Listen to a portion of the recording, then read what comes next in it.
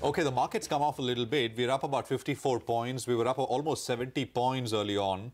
I mean, it seems some of the gains have disappeared. Reliance has come off a little bit. That could explain this 10-15 point dip that we've seen. I mean, it's still up 3% plus, but it was up more a little while back. Mid caps are down, small cap index is down, and the bank Nifty also we'll take a quick look at because that had perked up quite a bit. Yeah, that has also given back some of the gains. It's up 0.2 to 0.3%, but it's still higher as compared to when where we were early on. Let's take stock of what's happening in the world of commodities, and I guess the thing to focus on is, I mean, the amount of news flow between, and this is all, news reports essentially pointing to the direction that maybe trade relations, especially between the US and China, are thawing a little bit, are not as bad as one would have and the market assumed earlier. Manisha is here with that, and of course, the price impact. Manisha, morning. Morning, Prashant. Well, absolutely. Thank you so much for that. To begin with, we have had to, digest the China economic growth data today in the morning. 6.6% is the slowest growth that you've seen in 28 years. But because it was in line with expectations and slightly better than the previous quarter, the markets really seem to have shrugged that off. And we saw some buying come back as well. And then, yes, of course, as you were pointing out, there are reports that China has put a plan forth to eliminate the trade surplus with US. And US, while has said that the progress with China is on the trade deal is happening, but US categorically has denied considering, lifting tariffs yet. So it is quite a bit of a mixed impact onto that one. And then, of course, you will have the British PM present Plan B for Brexit to Parliament today. So there's plenty happening on the Brexit side as well. And we are seeing an impact of all of that in the commodity space, especially the crude oil prices, which have seen strength come back yet again. We are trading at a 2019 highs for the crude oil prices. And this also is because the OPEC cuts are on. And while the US output is at record highs, it still is not the same growth that we saw in 2018. Also, the US rig count declined by 21 in the previous week, and this is the lowest since May 2018.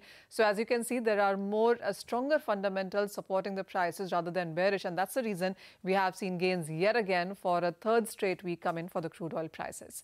Vandana Hari now joins us to talk more about that. Vandana, hi, good to have you. What is your sense? Because 2019 clearly has started with a bang. There also is a Morgan Stanley report which says that investors should continue to stay long in crude oil prices, even from the kind of levels where we are right now.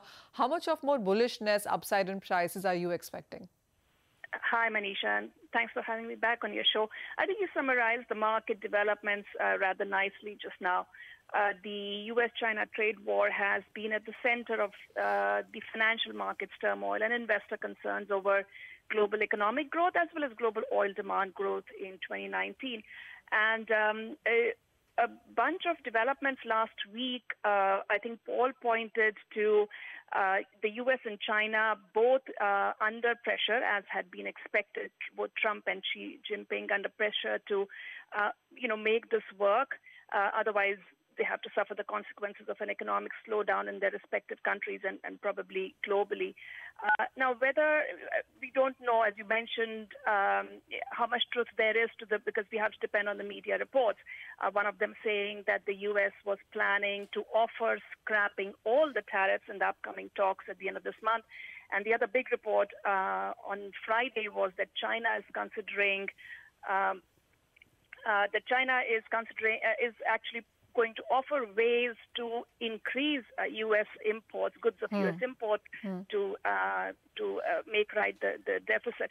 So look, the investor sentiment has recovered overall. You've seen that in the stock market bounce last year, and oil has been good. There is the fundamentals, and we can talk about that. But oil has been mainly sliding since last October because of this turmoil in the financial market. So if you see a rebound in the sentiment, overall economic sentiment, and around positivity around US-China trade relations, you're definitely going to see a crude rebound as well. Which really has been the case because we're almost nudging $63 per barrel for the Brent prices now. But the point is, while we have seen a lot of strong fundamentals, sentiment has seen an improvement as well. And supply situation more or less seems to be getting taken care of now with the OPEC cuts. We already have seen that number come in for the month of December. Jan actually could be a top-up on that as well. And then, of course, with the kind of U.S. rig countdown that we continue to see a slide in. But from here, are you still a buyer? Do you still see a 3 to 5% of a surge in crude oil prices from where we are? So again, to put it in perspective, even if Brent touches 63, you have to compare that with a high of more than $86 last October. Sure. So I guess the question is going to be to what extent crude can rebound. Look, it can continue to creep up. That is my base case expectation. A very sharp bounce back, I think, will probably depend on an actual concrete deal, and we'll probably need to wait till the end of the month for this. I think the attention is going to start shifting towards the fundamentals. Sure.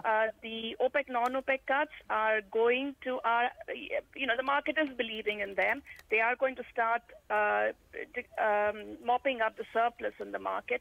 So then the other big question that will remain is demand. And even if the China-U.S. relations, go back to an even keel, and China is also putting in a lot of stimulus measures into place, I think that recovery in Chinese oil demand growth is probably going to be gradual. So I don't expect in short a big rebound towards last year's highs. Certainly not. I think still 60 to 70 is my base case for Brent.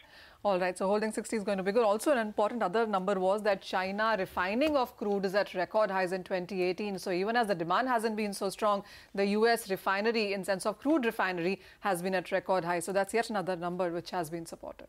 Manisha, thanks very much for taking us through that conversation and those insights. Just want to put up the advanced decline chart. It's gotten worse. I mean, so, 950 stocks are lower now compared to about 670 stocks, which are higher. And that's the NSE advanced decline, the overall advanced decline on your screen. I mean, the gap seems to have widened a little bit more.